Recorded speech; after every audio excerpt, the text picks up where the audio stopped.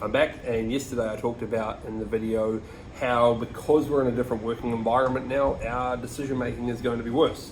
And that's not a criticism, it's just a biological function, that the intuition that we don't even notice ourselves using isn't necessarily there at the moment, or it's not as strong as it normally is. If you're interested in the detail of that, have a look at yesterday's video.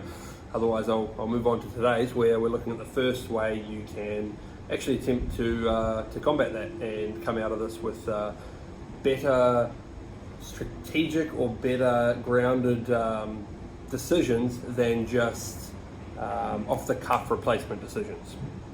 So what I mean by that is when we are looking to replace something, when we've not found something new, we're saying, oh, we've got all these things that we once did in the office, and now we need to be able to do them where not only an individual is remote, but everybody is remote, and even more so, all of your customers are also all remote, all your users and everything.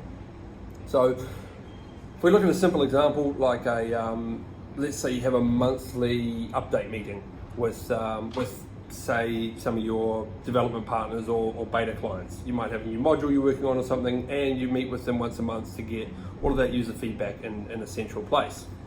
So you might think, oh, we'll just replace this one thing we're doing, this one action, with a virtual version, which could be a virtual meeting.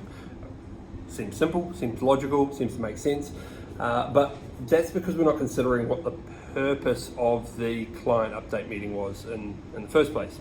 So what we want to do is try and break out the action that we have been doing from why were we doing it in the first place, what was the purpose of it, so that we can open up our options to come up with all sorts of other actions that could be far more effective at achieving this purpose, rather than just focusing on the action and how can we virtually replace that action. So back to the client meeting update, client update meeting. It might be to get, as I said, user feedback from the individuals. So replacing it with a virtual meeting might not be the best way to go, because now that you're in this environment, you could set up something like a team or a Slack channel or a multitude of other ways for users to give you more direct feedback. So what we're doing is we're just opening up our options on how, through any means necessary, could we effectively get user feedback in the current environment, not how do we replace the update meeting in the current environment. So it's just giving you that opportunity to actually make stronger decisions, better, more effective decisions. Now you might be sitting there thinking, well, it's not for that. We get plenty of updates from users. Really, it's about the rapport with the project leader at the customer's end to build a bit of rapport there. So if that's the case, all right, great. Well, then that's your purpose. So how do you then achieve that with something else? Maybe it's you change the updates that you send out to include more personal details from your team, if that's the purpose of it. Depends what that rapport is, why you want to build that rapport. If you say, look, we're a small company, small to medium-sized software company, and having great rapport with especially our beta partners is key to what we do. We know them well, they know us well, and we like that kind of relationship as part of who we are as a company. Great. Something like the personal details would work really well there.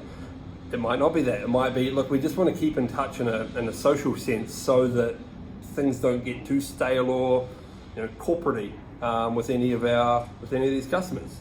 So then that leads you to other options there, such as you could host an online quiz session for your customers. You could have each of them in teams, and you've got kind of like a pub quiz style thing virtually. So again, not saying that those specifically is what you should do. That would be looking at the actions. What I'm saying is stop looking at the actions. So if you've listened to anything I've said there and thought, those actions don't make sense to me, okay, stop focusing on the actions. This is very hard to do. We just get drawn into it.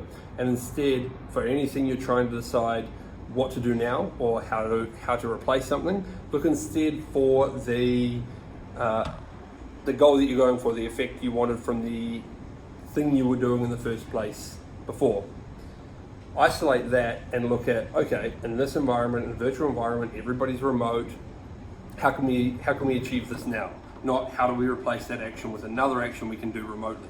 That's going to get you something like the same or possibly worse, maybe a little better, but around the same kind of results as you were getting. This is the opportunity to actually take a step forward and get a lot more out of the decisions you're making now. So they shouldn't be just survival decisions. Oh, we'll just do whatever to get by.